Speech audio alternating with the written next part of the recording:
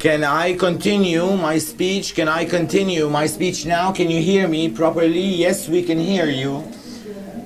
Please continue, and we are listening.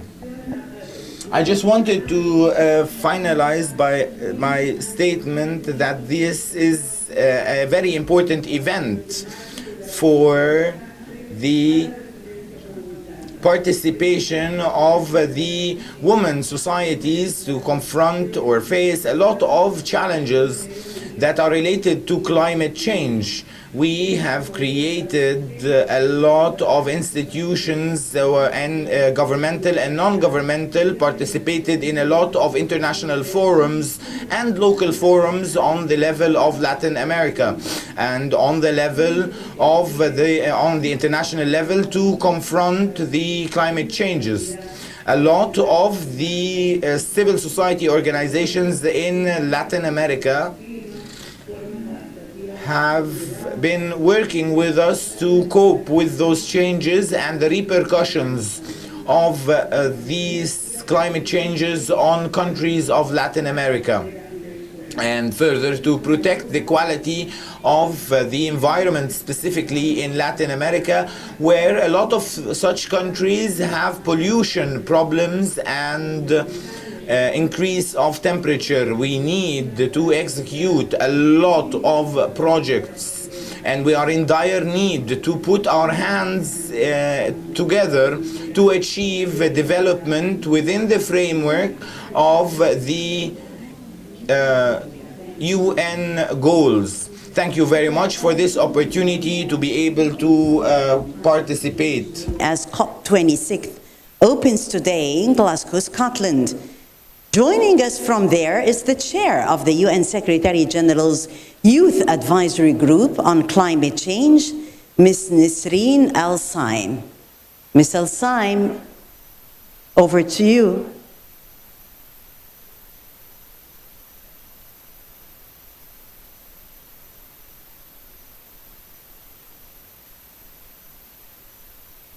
Okay, seconds, please.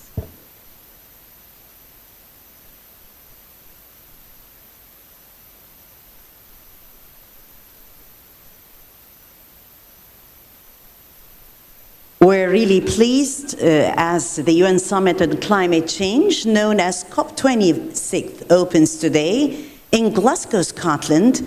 We'll be joined right now by the chair of the UN Secretary General's Youth Advisory Group on Climate Change, Ms. Nisreen Al-Saim. Ms. Al-Saim.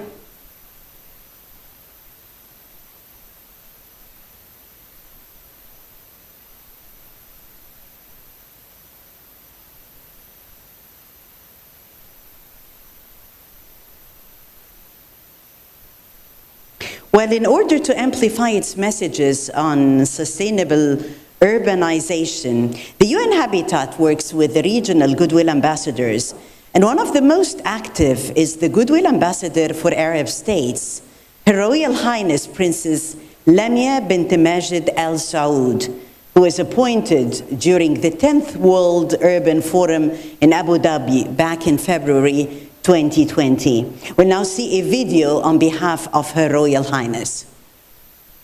I would firstly like to take this opportunity to thank you all for attending this event in recognition of the importance of the future of cities around the world. Globally, we are seeing cities increasingly at risk from the effect of climate-related disasters, be this rising sea level, urban flooding, landslides, devastating fire, and powerful storms. Cities are also growing rapidly as the result of migration, whether that is from within a country and the movement of people from rural area to urban, or international movement of people. As we look to the coming years, it is expected by 2050 almost 70% of the global population will be living in urban areas. It is imperative that across the world, governments, industries, organizations, and individuals work together to create more climate-resilient societies. One of the core visions of our chairman, His Royal Highness Prince Al-Walid bin Talal, urged, and I quote, "Having a roof on top of our heads is a simple right that anyone should have. Today, I stand here as the Secretary General of Al-Walid Philanthropies, a world-reaching philanthropic organization pioneered by 10 Saudi women and supported more than 1,000 projects in over 189 countries. We collaborate with a range of philanthropic, government, and non-governmental organizations. Spanning over 40 years, we help developing communities through providing disaster relief, creating cultural understanding, and championing women and youth empowerment with a human-first and collaborative approach. I also stand here today as the UN Habitat Arab States Goodwill Ambassador in recognition of how sustainable urbanization holds the potential for new forms of social inclusion, from greater equality to new opportunities and increased access to services. It is for these reasons that Al-Walid Philanthropy extended to tens of countries around the world. Recently, we partnered with the Saudi Development and Reconstruction Program for Yemen in collaboration with the UN Habitat to launch the Adequate Housing Project. This program aims at restoring 600 housing units for low-income households, which will contribute toward a sustainable solution for the vulnerable internally displaced person and returnees in Aden City, to improve living conditions and social cohesion of the community. Finally, I wish to end by highlighting how inclusive, sustainable urban development can truly change people's life and build communities. Thank you for your time today. I look forward to further collaboration as together we work to support ambitious action in cities around the world. Have a good day. Thank you so much, Your Royal Highness Princess Lamia bint Majid Al Saud, for this contribution. Well, 2 years ago, the World Cities Day global observance was held in the city of Ekaterinburg, the Russian Federation, one of the country's largest urban centers. We'll now be hearing from the current mayor of Ekaterinburg, Honorable Alexei Orlov. Добрый день, уважаемая госпожа Шариф, уважаемые.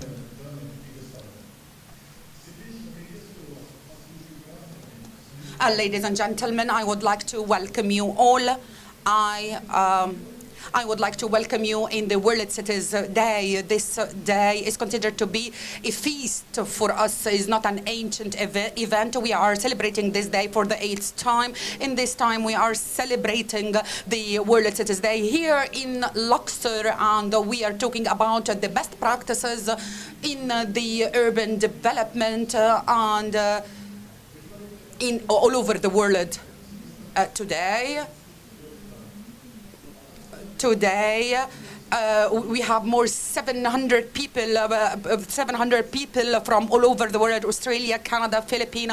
This global forum, and Mrs. Catherine Borg, and this forum was introduced to the world.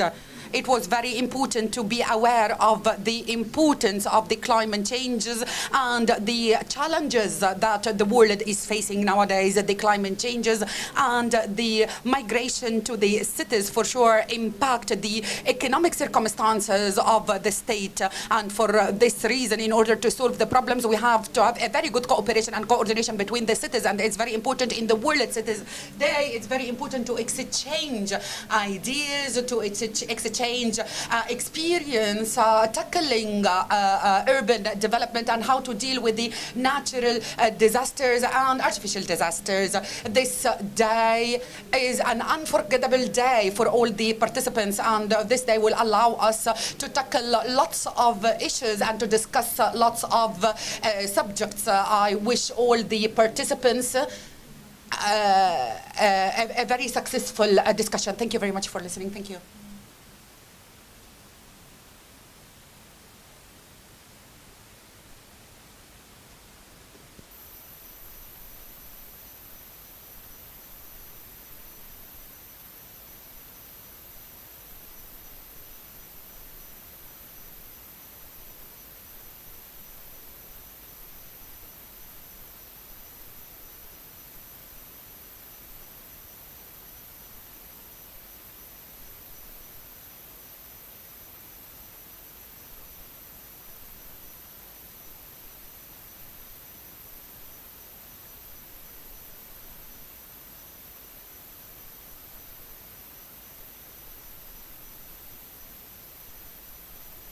We're really honored to announce that we'll be joined shortly by His Excellency, the Prime Minister of Egypt, Dr. Mustafa Madbuli. The ministers are going to arrive shortly, and His Excellency will honor our gathering by his presence. Thank you.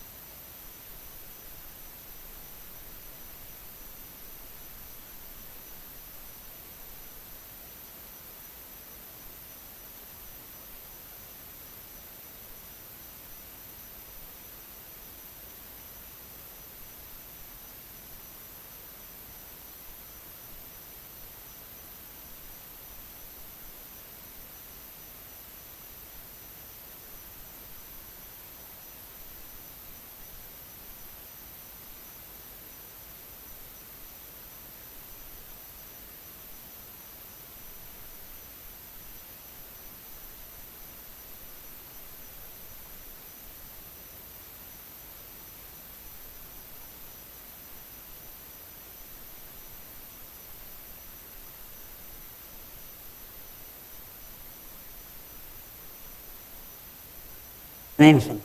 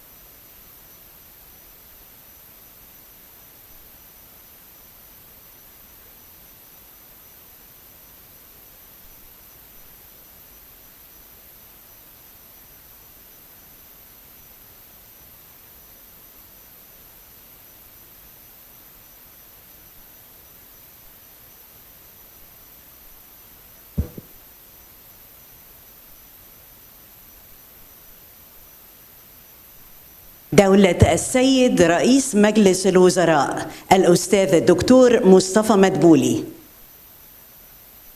We really يسرنا ويشرفنا أن نعلن أننا الآن سوف ينضم لنا Egypt, His Excellency Dr. Mustafa Madbuli. Excellency, an honor to have you. Thank you so much.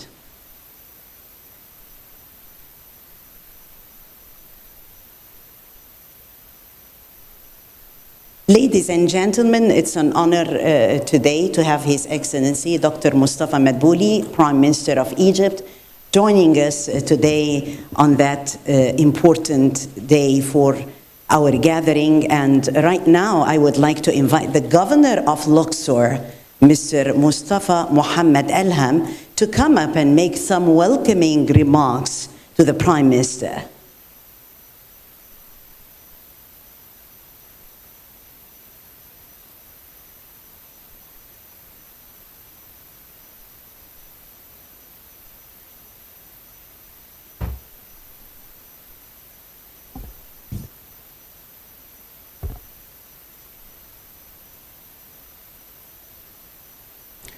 بسم الله الرحمن الرحيم.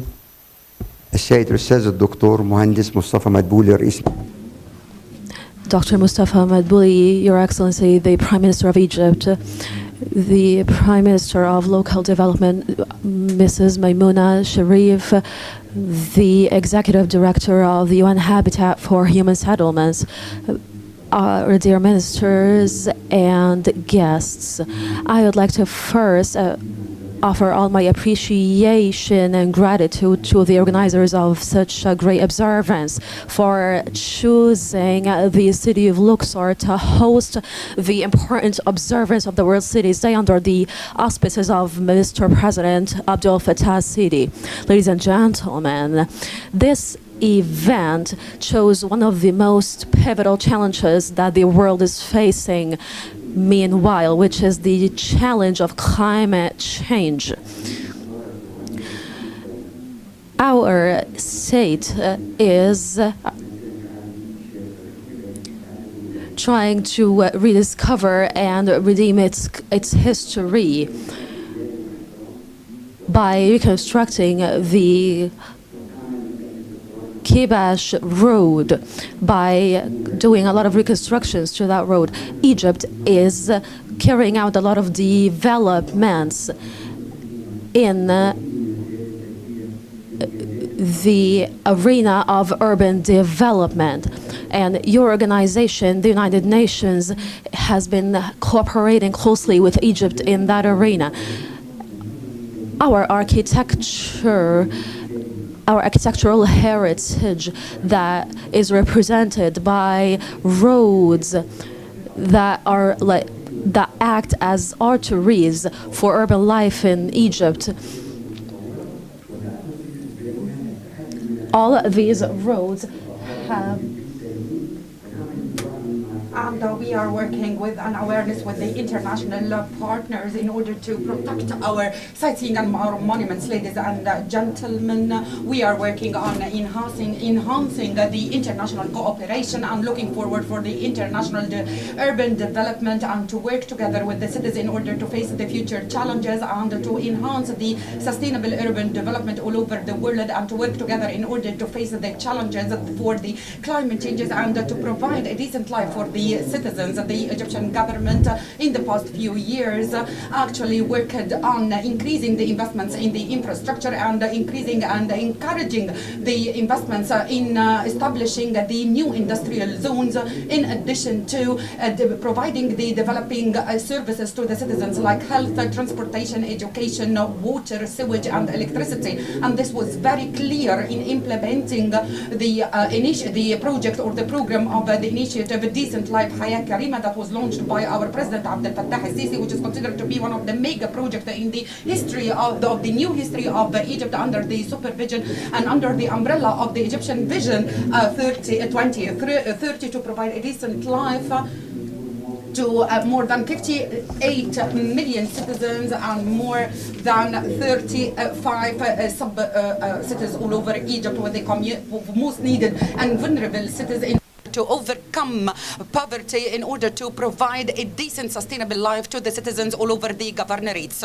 And it's very good to say that the UN and the international organizations, they actually referred to the Egyptian experience and considered this experience as one of the most important and most successful experiences in enhancing the standard of living for the citizens in the cities and in facing the challenges of the pandemic of COVID-19. Once again, I would like to thank you and to welcome you in the city of Luxor, the land of civilization, and thank you very much for listening, and I wish you a pleasant stay in Egypt. Thank you very much. Peace be upon you. Governor of Luxor, Mr. Mustafa Mohammed Elham, for those welcoming remarks. United Nations Secretary General Mr. Antonio Guterres has been a dedicated campaigner on the climate change issue. And despite his busy schedule, he has found time today to send us a message in order to mark the importance of the World Cities Day.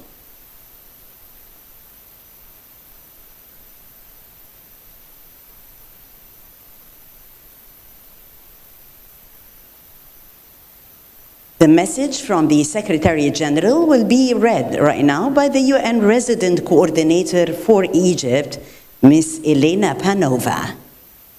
Thank you.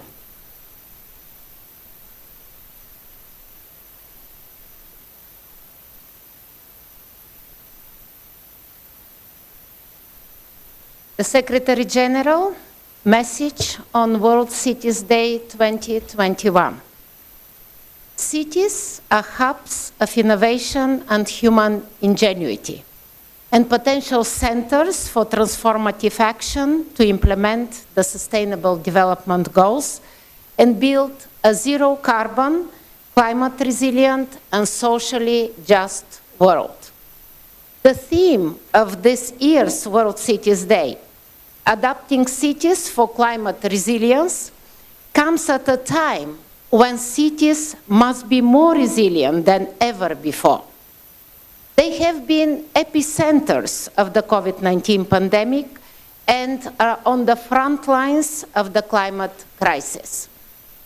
Globally, over 1 billion people live in informal settlements, with 70% highly vulnerable to climate change.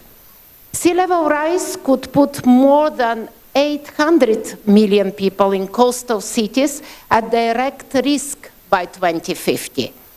Yet, just 9% of the climate finance to cities goes to adaptation and resilience.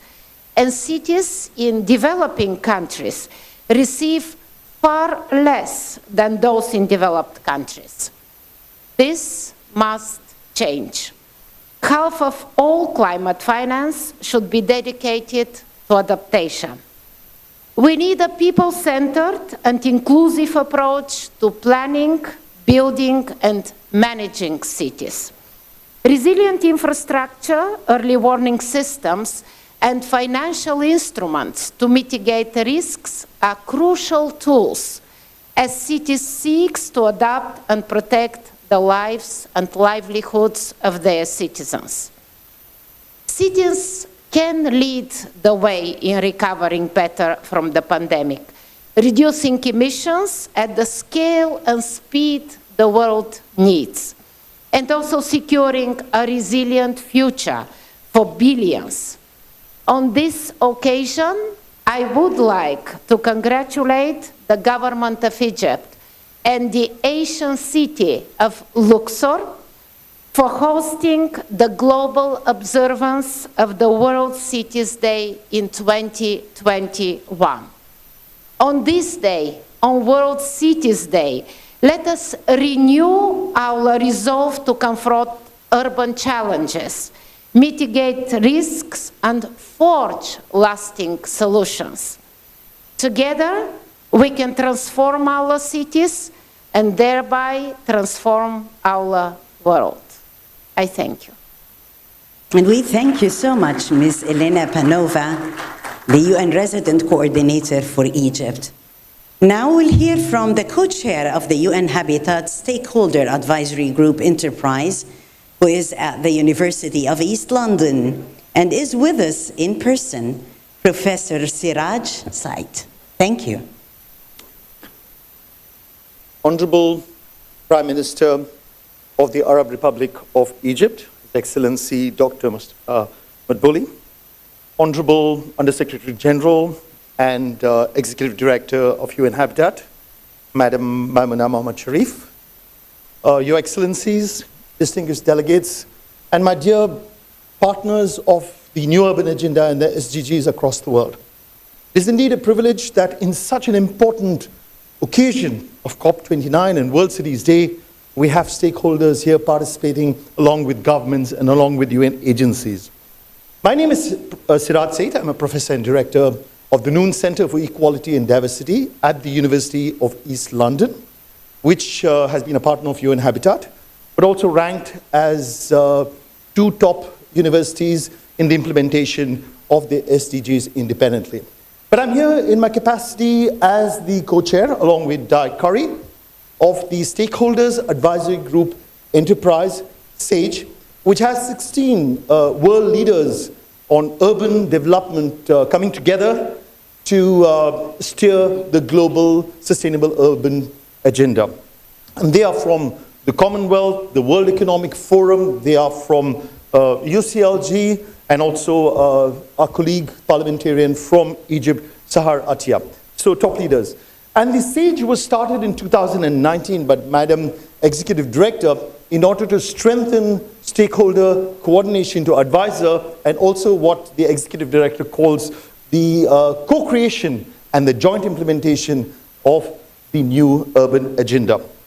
So at the UN Habitat Assembly, which many of you were there, the hundreds of stakeholders got together and passed what is called a new stakeholder compact for the new urban agenda, which is now aligned with the Secretary General's new social contract, emphasizing whether it be climate change, of course, as well as housing and the localization of the SDGs.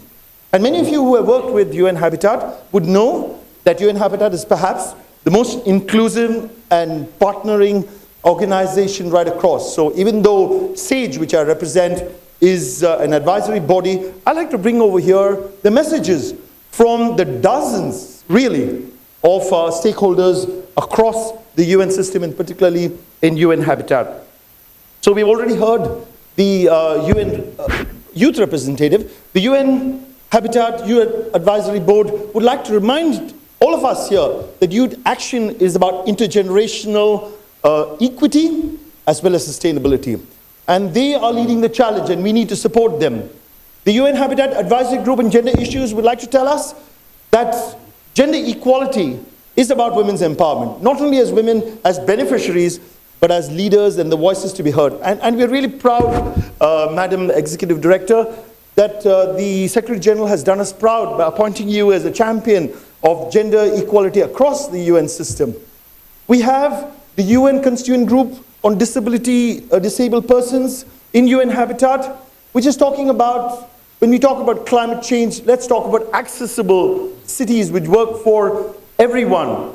If you talk about the newly created UN Committee on Local Authorities, it's local action with local authorities, and so proud to see the mayors and the local authorities for local action taking place over here. We have the Global Land Tool Network, which has worked for the continuum of land rights within UN Habitat to see that all rights of women, of urban poor, of youth and marginalized communities are upheld. You have the UN Habitat Professionals Forum, Innovative, Inclusive Urban Planning. You have the UN Habitat Universities Hub, which is all about data-driven, evidence-based approaches. I could go on to talk about the General Assembly of Partners. I could talk about the World Urban Campaign. I could talk about advisory groups in relation to housing, innovative finance, as well as water and sanitation, which many of you are familiar with and working with. But all of them come up with this message, that this is the moment for us to seize as governments, as United Nations, and as stakeholders. It is indeed a privilege to be over here in Luxor. And I'm conveying the special message of all stakeholders that it's a personal honor to have His Excellency the Prime Minister with us.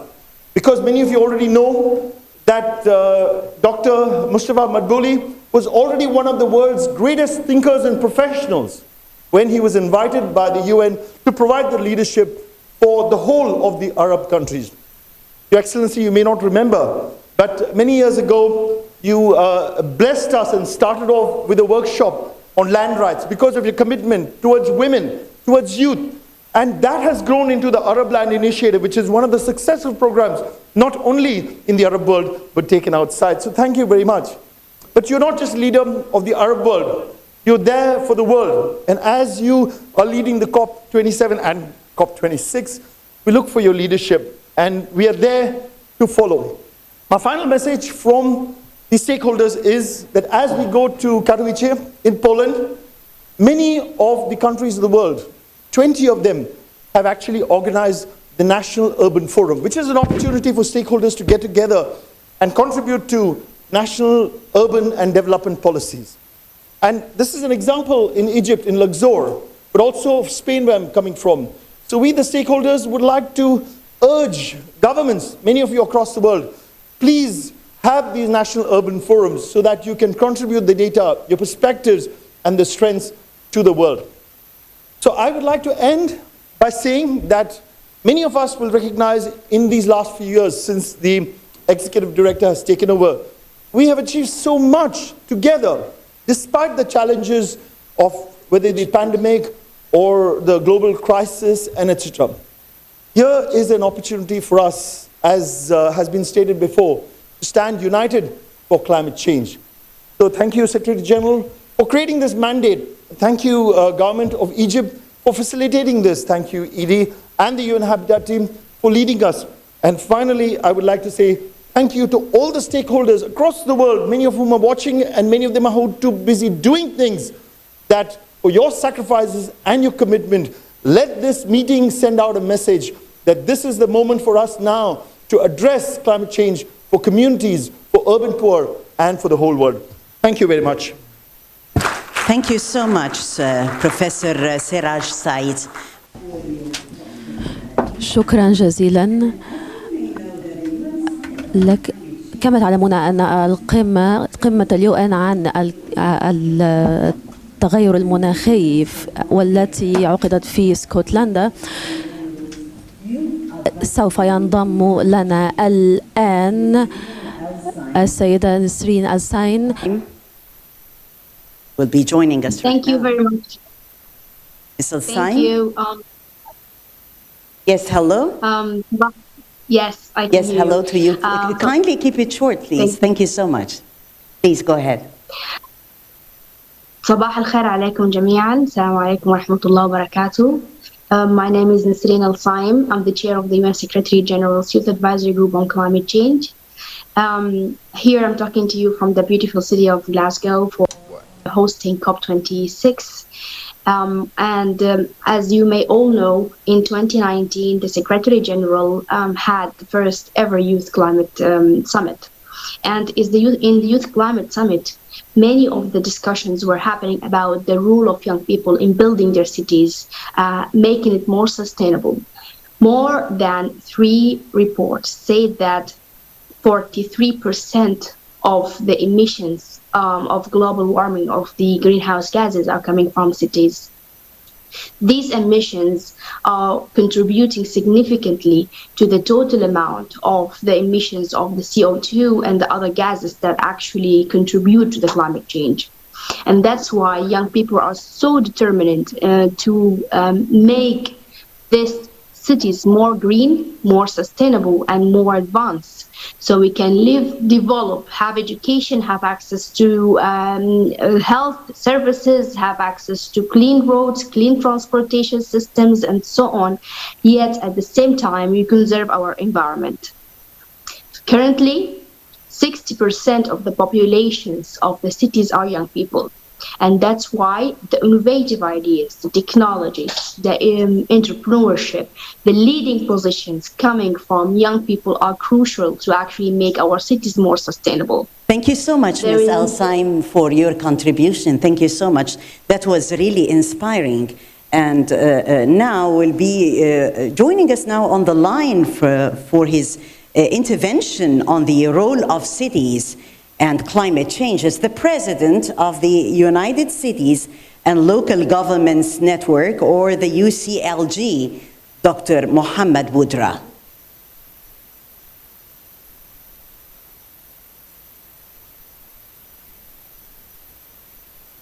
Yes, sir. We hear you. Assalamu alaikum. Salam. Peace be upon you all. Dr. Mustafa Madbuli. Your Excellency, President, Prime Minister Dr. Mustafa Madbuli, Your Excellency Maimouna Al-Sharif, welcome, ladies and gentlemen, dear colleagues. I would like to congratulate you and thank you from the bottom of my heart, and I would like to say that I am depending on the participation of all of the colleagues, and I would like to stipulate that there are more than 250 cities around the world who are committing to achieve the sustainable, the SDGs, to have it as a tangible reality. And I would further like to thank my colleagues from the UN Habitat for their commitment to execute the developmental plan in the different regions around the world. And I would like to further thank and congratulate the government of the Arab Republic of Egypt, represented in His Excellency the Prime Minister, and all of the different governors for hosting this International Day for Cities to celebrate the program of local development by providing services, public services and governmental services to citizens. The world has changed since we met in Abu Dhabi last year, and the world is no longer as it used to be, and we're all carrying the burden of responsibilities to achieve the objectives that we all aspire to arrive at sustainable development and clean development through technological advancements, in addition to providing for governance through different local governments. The role that is being played by local governments and local administrations is a role of extreme importance. It provides for the Sustainable Development Plan to achieve its objectives. When I'm talking about cities that resemble, I am talking here about the abilities, the possibilities that rush to be achieved and to be used and through the Paris Convention and Sendai Agreement. Ladies and gentlemen, dear colleagues, the plan calls upon us to intertwine the efforts and to work together through governments, local governments and administrations to have the right to live and the right to have sustainable housing inside our plans for sustainable development to achieve the transformation on this planet. This pandemic that has not ended yet, that forces us to include our voices, to join our efforts, to work together, to talk in one voice, to provide for local procedures on the global level.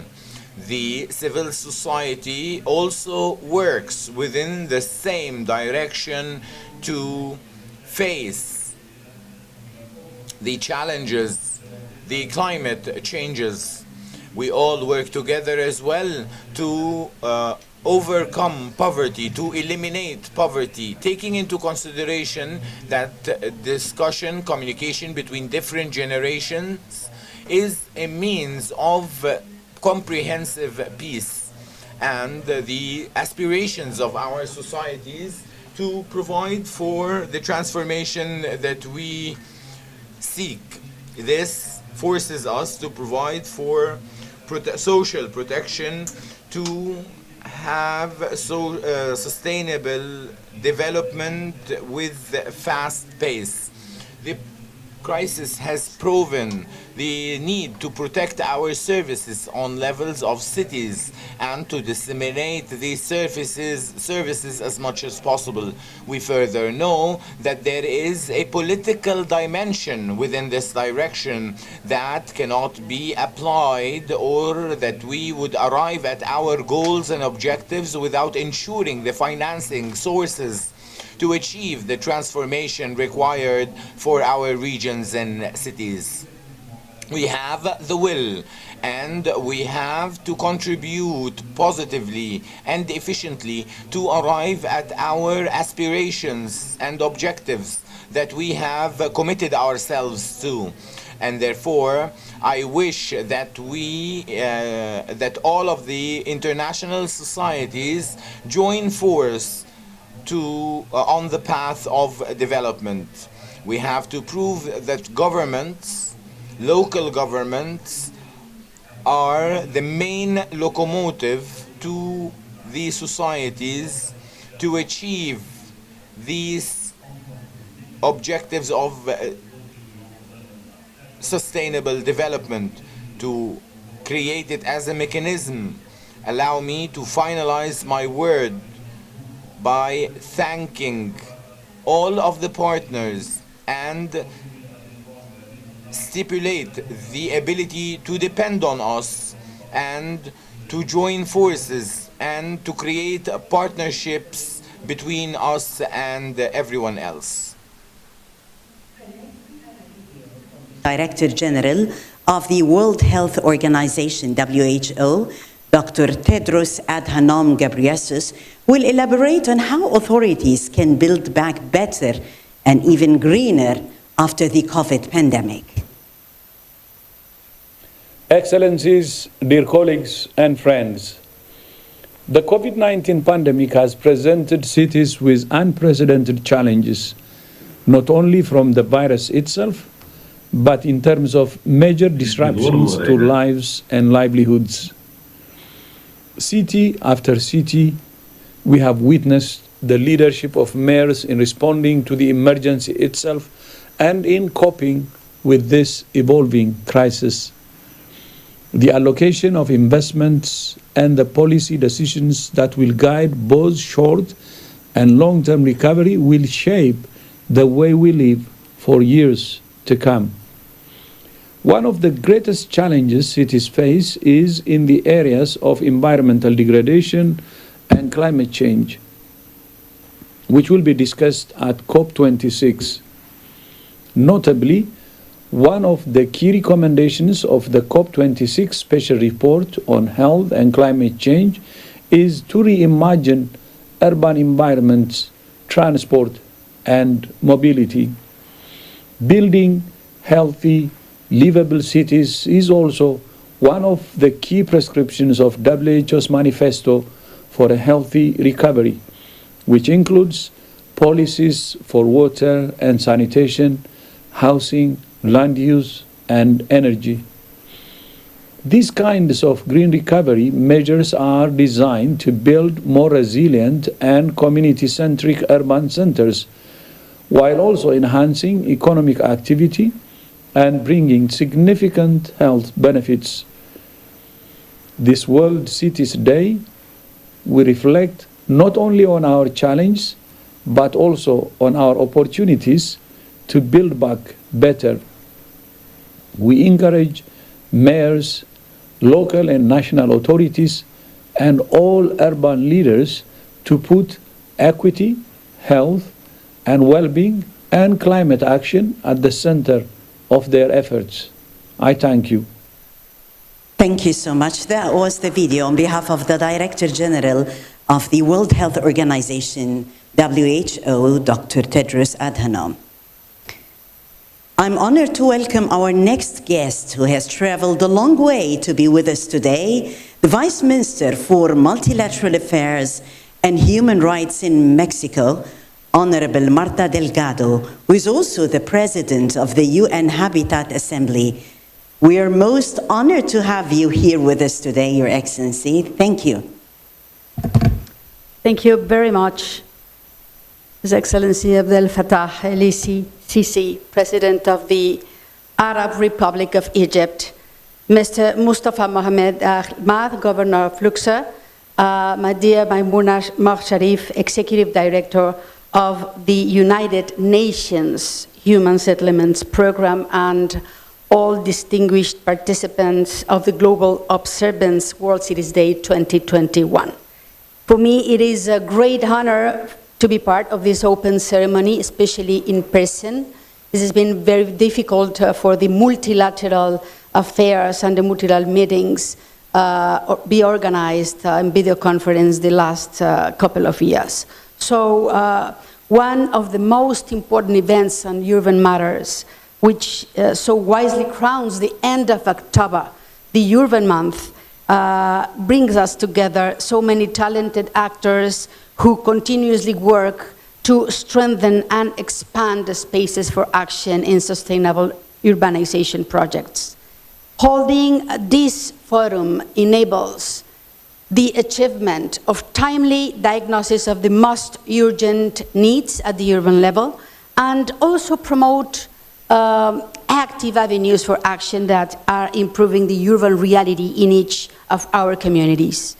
Human settlements in many nations face very similar challenges stemming from the absence of public policies from sustainable planning, as well as unequal access to basic services.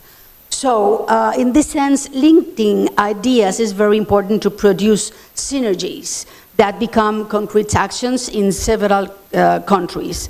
In mine, in Mexico, we are committed to planning and implementing best practices. And also we are very open to learn from other experiences. In this regard, we joined forces with UN Habitat. And as a result, 4 key urban objectives have been established in Mexico. First, the reduction of spatial inequality and poverty in communities in continuous regions between rural and urban areas. Second, greater shared prosperity of cities and regions, which are important objectives in many countries and megalopolis. Strengthening of climate action, which soon is going to be discussed at COP26 in Glasgow, for the improvement of urban environment, and fourth, effective prevention of urban crises, and to be able to offer anticipated responses to them. These characteristics represent great challenges for local governments, but also valuable opportunities related to the commitments of all countries to sustainable development. Urban action. It is of great importance for establishing positive and lasting progress.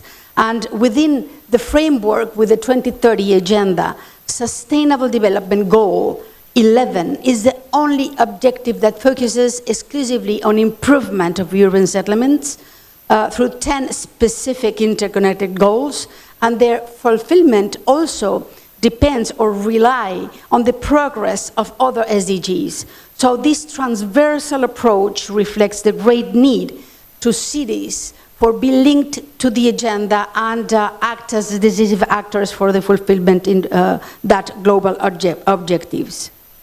The implementation of the new urban agenda must be promoted with the accompaniment of key actors in urban development, and it is proposed to improve the territorial organization of cities from gender equity perspective that recognize the crucial aspect of rights of women in the urban development agenda. Consequently, we have the Regional Action Plan 2016-2036, which promotes the new urban agenda implementation with the adoption of sustainable urban policies and the recognition of the city as a public good. As we have learned during the pandemic, cities had to be adapted to social distance, to many other different circumstances that government faced in, for example, waste management, water supply, safe public transportation. All that system were exacerbated by the pandemics, and that experience is very useful also to understand the many challenges that we need to do for adapting cities for climate resilience. Managing urban spaces with the comprehensive and technological approach that goes to beyond traditional administrative limits, and promoting smart, inclusive cities, having a better articulation with urban planning and land use will be paramount for health and economic recovery, but also to face the climate change effects at the urban level. Finally, in this context, the expertise and extraordinary work of the UN Habitat will be paramount to provide support and guidance to the cities of the world, and I want to thank and recognize the leadership of Idi Maimouna Sharif, and I also want to take this opportunity to thank the Habitat staff. And of course, thank you, the Arab Republic of Egypt and His Excellency President Abdel Fattah el-Sisi for hosting this relevant event, which gathered us in person after a long time of confinement and video conference. On behalf of the Presidency of UN Habitat Assembly, I appreciate your valuable time and attention. Thank you.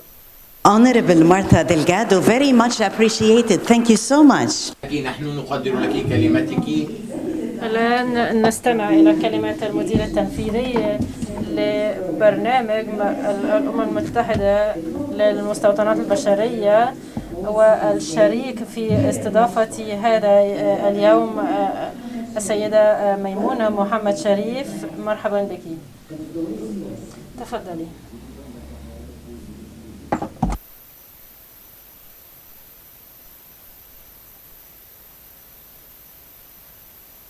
Thank you very much, Madam Moderator.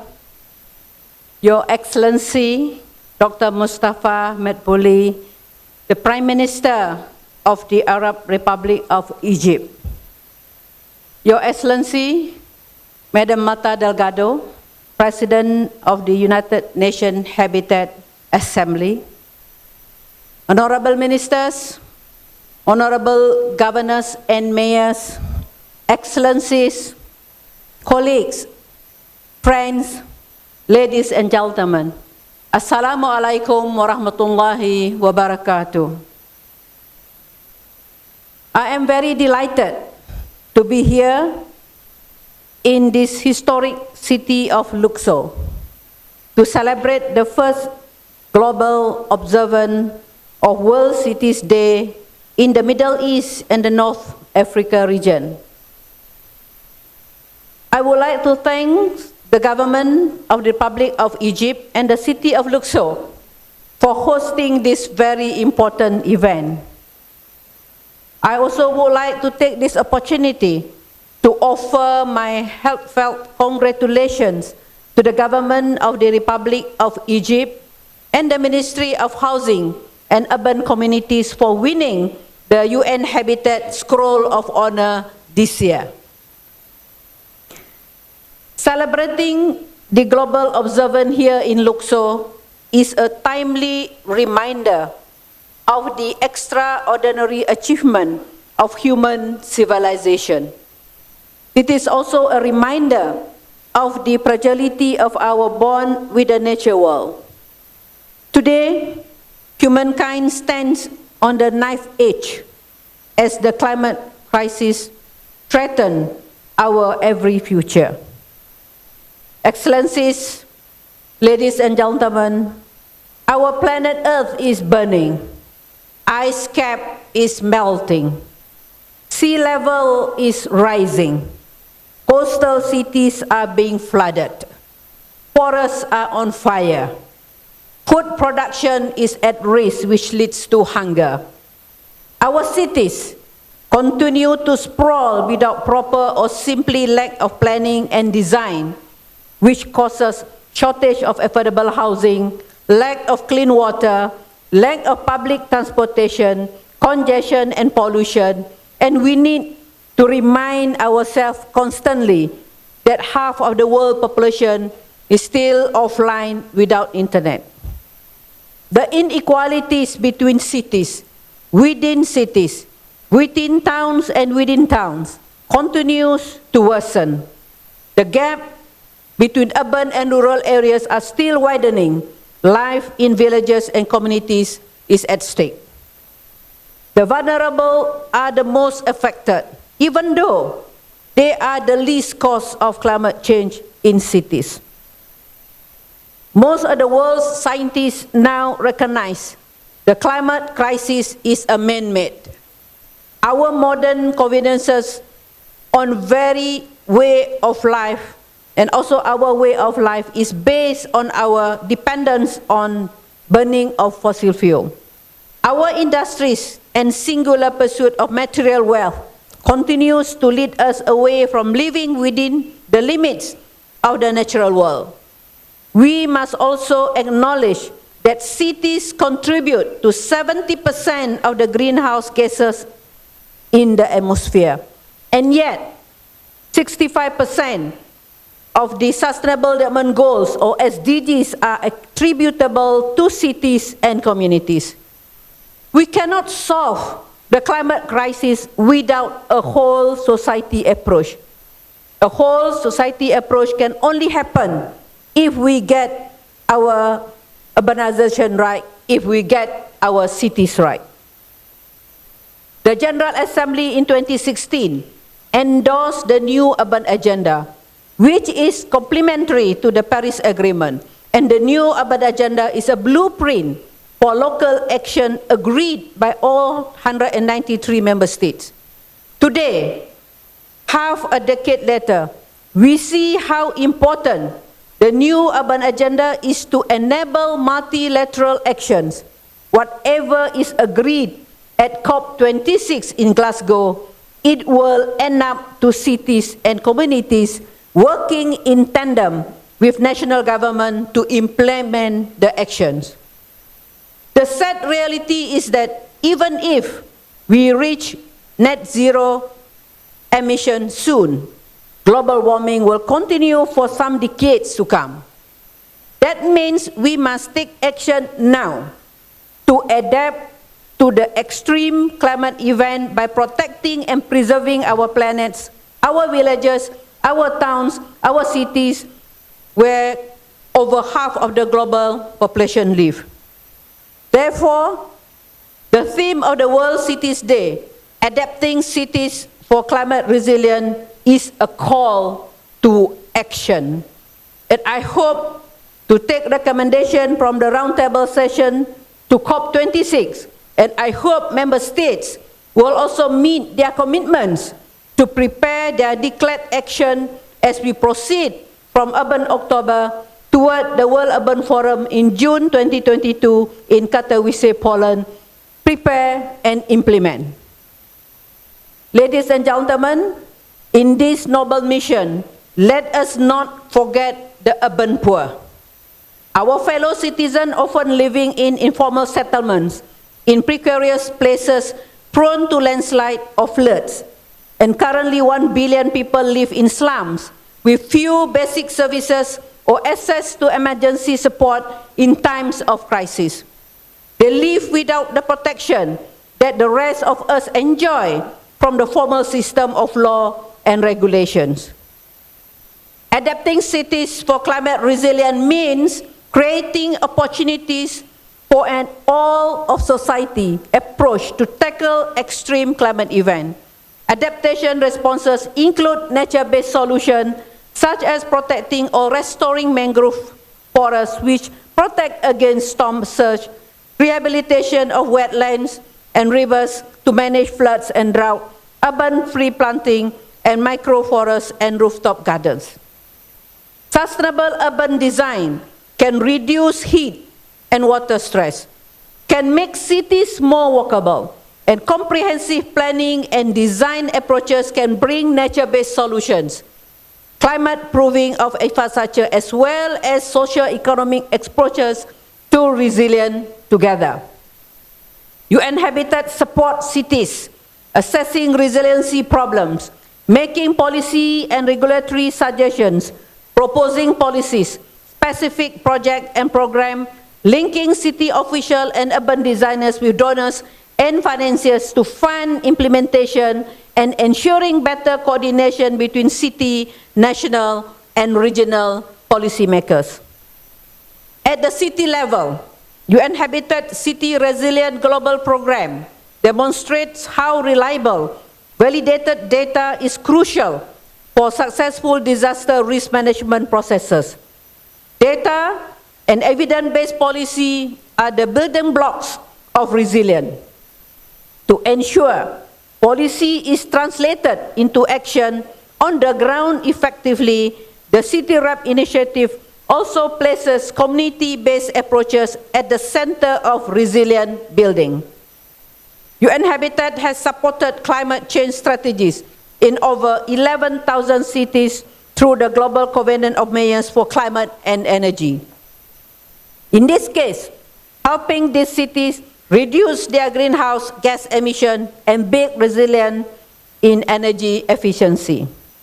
Your Excellency, as we head to the UN Climate Conference, the COP26 in Glasgow, it is clear that we need to be as inclusive as possible.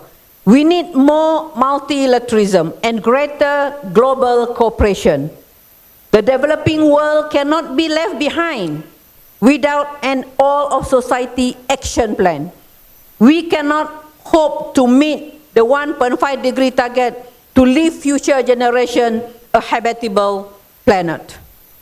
Let me here highlight the importance of UN Habitat's flagship program, Resilient Settlement for the Urban Poor.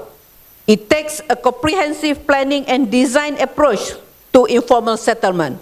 The fact that this flagship program remains underfunded is a major opportunity cost.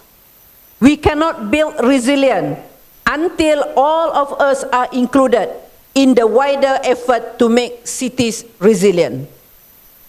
City-to-city cooperation and collaboration mechanism can lead to more integrated and effective response to climate crisis and others, and also serving as a catalyst for developing or improving local solutions and contributing to increased city-to-city exchange of capacity and knowledge.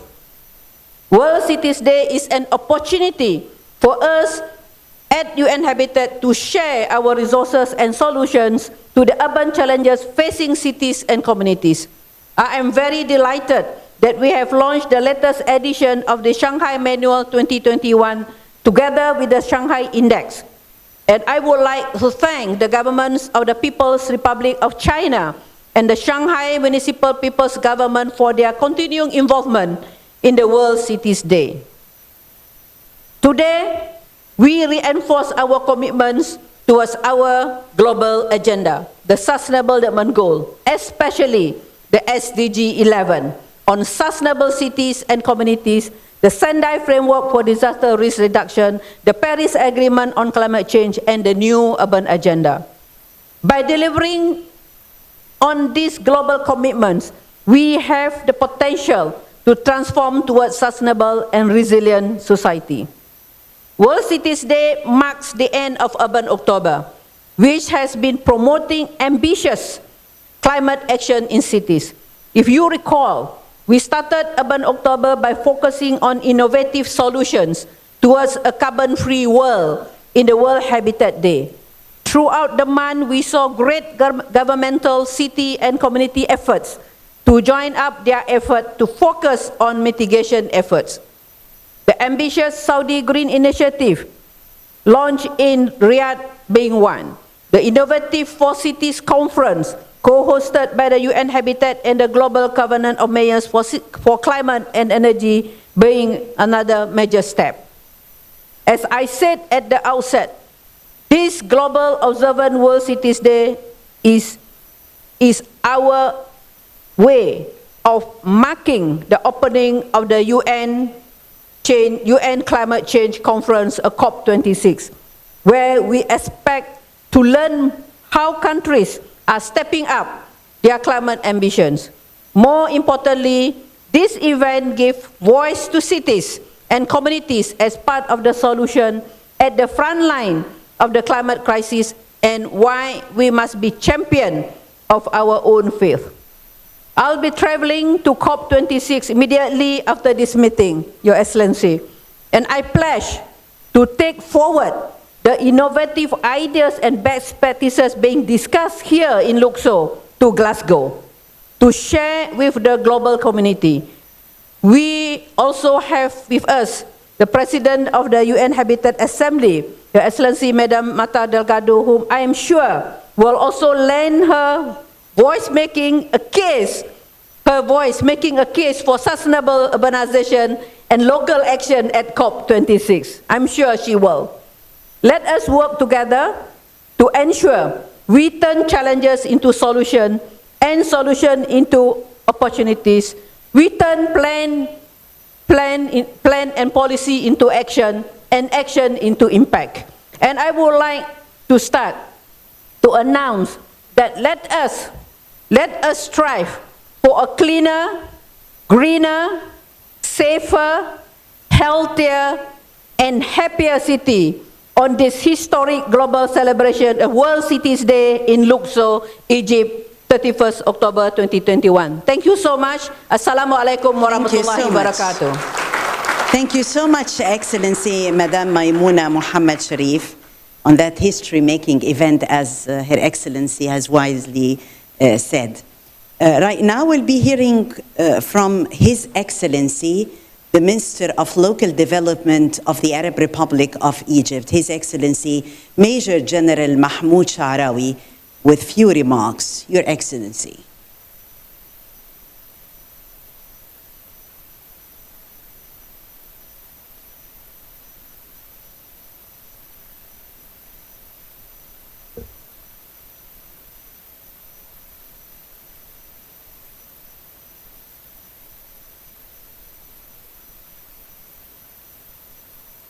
Bismillah ar-Rahman ar-Rahim. In the name of God, most merciful, most benevolent, Dr. Mustafa Madbuli, the Prime Minister, Her Excellency Ambassador Maimouna Mohammed Sharif, the Under Secretary General of the UN and the Executive Director of the UN Habitat, ladies and gentlemen, gentlemen governors and mayors of the 1,200 cities celebrating today, that are directly connected online in our celebration. Ladies and gentlemen, first allow me to welcome you in this important event that is hosted by Egypt under auspices of His Excellency the President, that is held on Luxor, on whose land the most ancient civilization has been born, and on the banks of its Nile has been witnessed, and we can inspire from the depth of its history our future vision for the cities of the world. The ancient Egyptian has embodied a civilization that the world is still wondering to break its codes, and it's currently witnessing the revival of its civilization through unprecedented programs in all over Egypt since 2014, according to a clear vision and leadership by His Excellency Mr. Abdel Fattah al-Sisi. Egypt has achieved an unprecedented shift in all sectors, and it has gone through a difficult economic reform stage, as witnessed and testified by development partners, and to serve the economy and investment, and has introduced an unprecedented change in all the services to the citizens, and has improved the quality of life indices. The slogan for today is the Adapting Cities for Climate Resilience, and it targets attracting the international community's interest into the UN agenda and boosting cooperation between countries and helping to resolve urbanization problems and limiting the negative impacts of climate change and making and availing better lives for the citizens. And this event is also held as the world is uniting to encounter one of the severest crises, which is the coronavirus pandemic, that has put peoples and international organizations and governments before a challenge to recover normal life, and in order to withstand these risks and these global crises in the future. And climate change and the risks over the future for this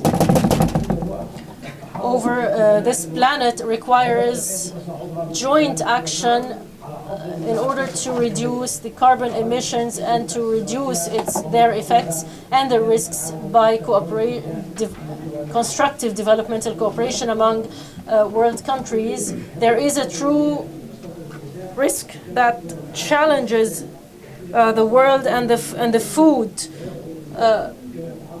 security based on the carbon emissions, in addition to the increased pollution and the ecological change, and hence the importance of this forum, which is an opportunity for thinking together in the future of our cities and how to adopt a general vision for the urban development that would reduce the negative impacts and the climate impacts and climate change, that are also sustainable and resilient to adapt to these climate change. And this is integrated with the step taken by the Egyptian government as assigned by Mr. Abdel Fattah al-Sisi to host this important event and to continue the COP26 recommendations in the UK. The past 7 years have been an unprecedented urban revival in Egypt, and we have redrawn our national urbanization plan in accordance with the Egyptian peculiarity that includes the creating of new cities according to the modern approaches and upgrading and developing the existing cities according to the current changes in order to limit the slum building and slum construction and restoring the urban styles of Egyptian streets, which leads to meeting Egyptian citizens' demands. And the President also in July 2021 launched the Decent Life Initiative, or Haya Karimi, which is targeted to be completed within the upcoming 3 years with a cost of almost 750 billion Egyptian pounds, that targets about the improvement of about 58% of the Egyptians. And because most of these villages and slum areas suffer from informal squatters. I would love to conclude my note and say that we welcome the shared information and knowledge by the other countries, and we look forward to coordination and cooperation and share our expertise with all the participants from all over the world, and to benefit from the close partnership that we have with UN Habitat. Thank you so much. Major General Mahmoud Sha'rawi, Minister of Local Development of the Arab Republic of Egypt, for your important remarks. Now I am extremely honored to welcome the Prime Minister of the Arab Republic of Egypt, His Excellency, Dr. Mustafa Madbuli, to address the audience. Your Excellency.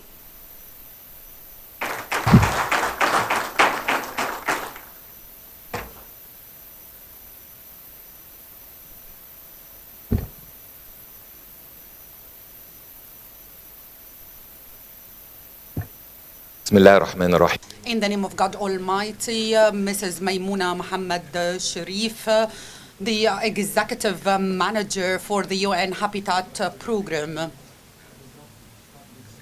Ladies and gentlemen, Excellencies, honorable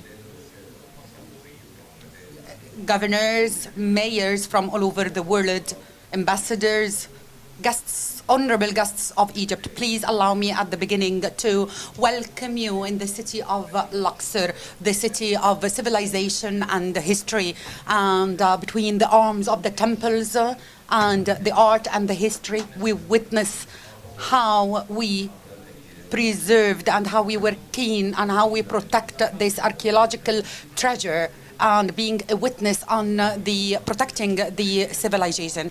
Please allow me to convey the greetings of His Excellency the President of Egypt, Abdel Fattah al-Sisi, and how he is welcoming you in this very important global event that actually we are very proud that this event is under his auspice. He is now participating among the leaders of the world in Glasgow 26. Ladies and gentlemen, let's agree all together at the beginning that the cities, although what they represent from improvement and development, but the cities are responsible for the climate changes which lead to lots of changes on the planet, either the negative impact like floods, droughts, storms, and in fact, the cities produce about 70% of the emissions of the global warming, and this is the main reason that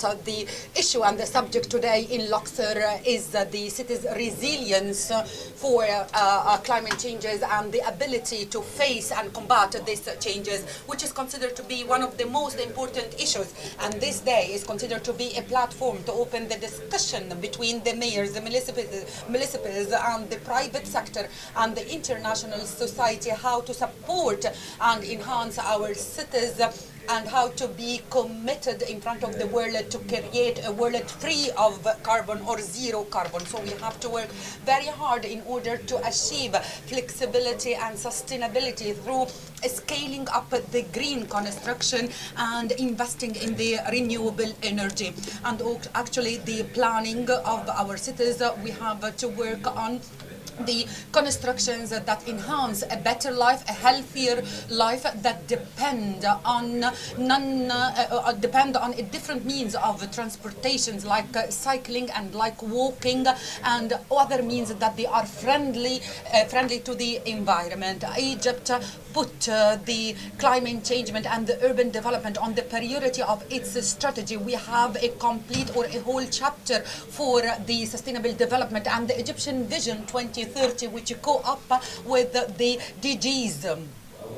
And the first goal of the first 8 goals, the Egyptian 8 goals, is raising the standard of the Egyptian citizen in order to achieve the goals of the new agenda and the SDGs, especially goal number 11, inviting the cities and the human settlement to be inclusive, healthier, more security and sustainable. Ladies and gentlemen, honorable guests, as the Egyptian government is focusing on the environment, the article number 46 of the Egyptian constitution for the year 2014, that each Egyptian citizen has the right for a pure and a healthy environment, and it is the duty of the government and the state to take all the measurements and the standards to be implemented and to have a good governance in the resources to achieve the goals of the sustainable development and to assure the rights of the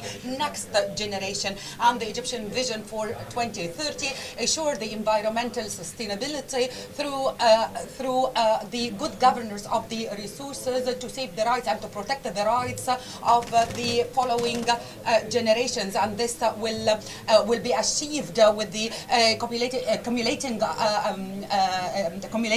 goals and to do a kind of resilience to face the challenges, the natural disasters, and to increase depending on the renewable energy and to adopt a sustainable consumer and production mechanism. And through the vision we have specific programs to improve the infrastructure in order to reduce the air pollution and to face the challenges of the climate changes and to adapt facing the environment changes in planning for the new cities in order to protect the environment. And as Egypt ratified the Convention of the UN framework on climate changes, the Egyptian government admitted the importance of the joint work in order to achieve the goal and the recommendation of the convention, which is considered to be one of the main pillars to reduce the emissions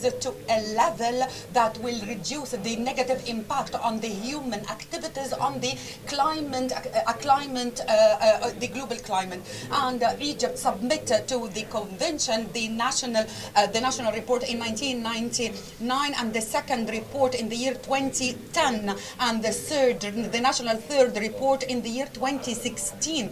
And the Egyptian government prepared its first updated report every 2 years, which is known by the PUR, to be submitted to the Secretariat of the UN Framework Convention for the Climate Changes 2013. And Egypt now is working on preparing the fourth national report to be submitted to the Secretary of a convention, UNFCCC, that shed the light on all the reports and all the other studies that are related to the climate changes.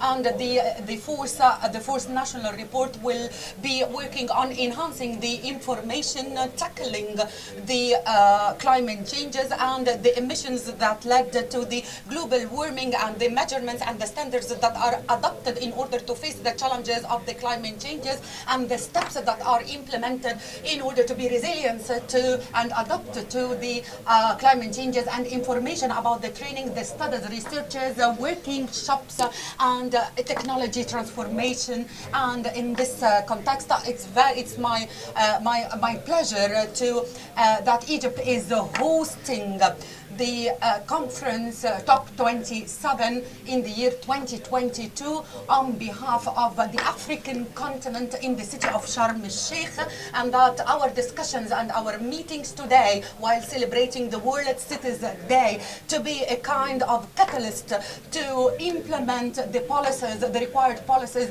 to reach a world free of carbon by the year 2050. In fact, that Egypt work in the field of sustainable urban development with lots of projects and national programs, that I consider it in my personal point of view and on the professional point of view, a kind of an inspiration for the cities and the countries all over the world.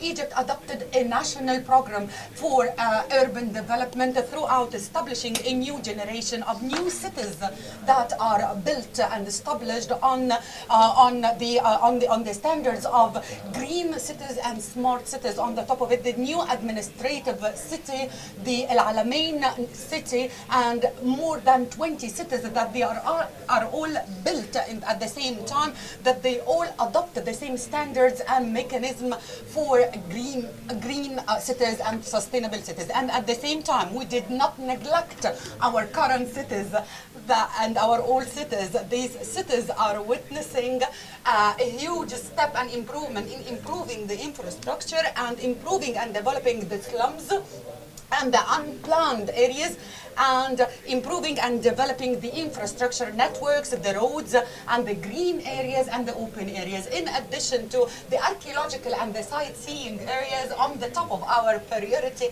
the priority of the government in development. In addition to this, there are lots of projects for urban transportation that is built on the most updated technological standards to connect the cities.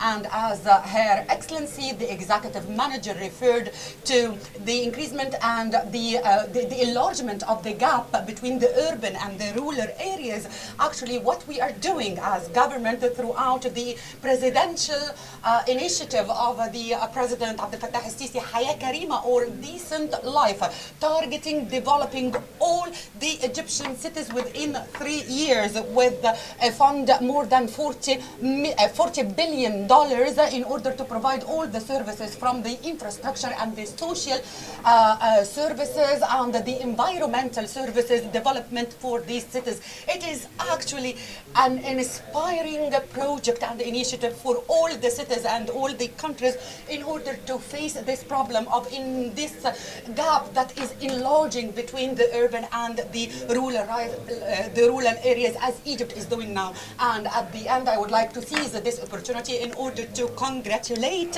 the Egyptian Urban Development Authority for winning the prize of the UN Habitat, which is considered to be the most valuable prize all over the world in the field of urban development. And this prize refers to the effort that was exerted by the Egyptian government, represented in the Ministry of Housing, in order to enhance and support the urban and sustainable development, and it's considered to be a catalyst for us in order to walk in the same road, implementing this standards and mechanism in order to establish new cities, sustainable, green and healthier cities. At the end, I would like to welcome you in the city of Luxor, and I would like to thank you for choosing our city for hosting this important event, and peace be upon you. Thank you so much. Minister of Egypt, Dr. Mustafa Madbuli, for this important insights. We were really honored by Your Excellency's presence and sharing in this important session.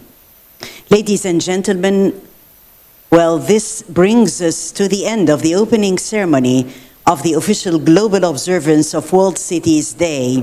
I would like to extend my deepest gratitude to all our speakers in the room and also online, and particularly to His Excellency the Prime Minister for joining us today. I would like also to thank you, the audience. The roundtables will start at 2 p.m. sharp with Roundtable 1 on climate adaptation for the most vulnerable people. That would be taking place in Nile Room, while Roundtable 2 on the Innovate for Cities conference outcome is going to be in Room Ra, which is next door. Then at 4 p.m. would be Roundtable 3 on Towards a Resilient and Green Future, COVID-19 recovery in partnership. This would be in Room Ra. Roundtable 4 on climate change in the Arab region, the challenges and the opportunities will be in here, Room Nile. Our online audiences can follow also on Zoom and on YouTube too. The closing session will be at 6 p.m. Cairo local time in this room. And we request the audience here in Luxor to proceed at the main restaurant of the hotel, while our dignitaries should assemble outside near the exhibition for the official photograph and also for the inauguration of the exhibition. Thereafter, the dignitaries will be joining you all for lunch. I thank you so much again, and we'll see you at 2 p.m. local time. Thank you so much for joining us.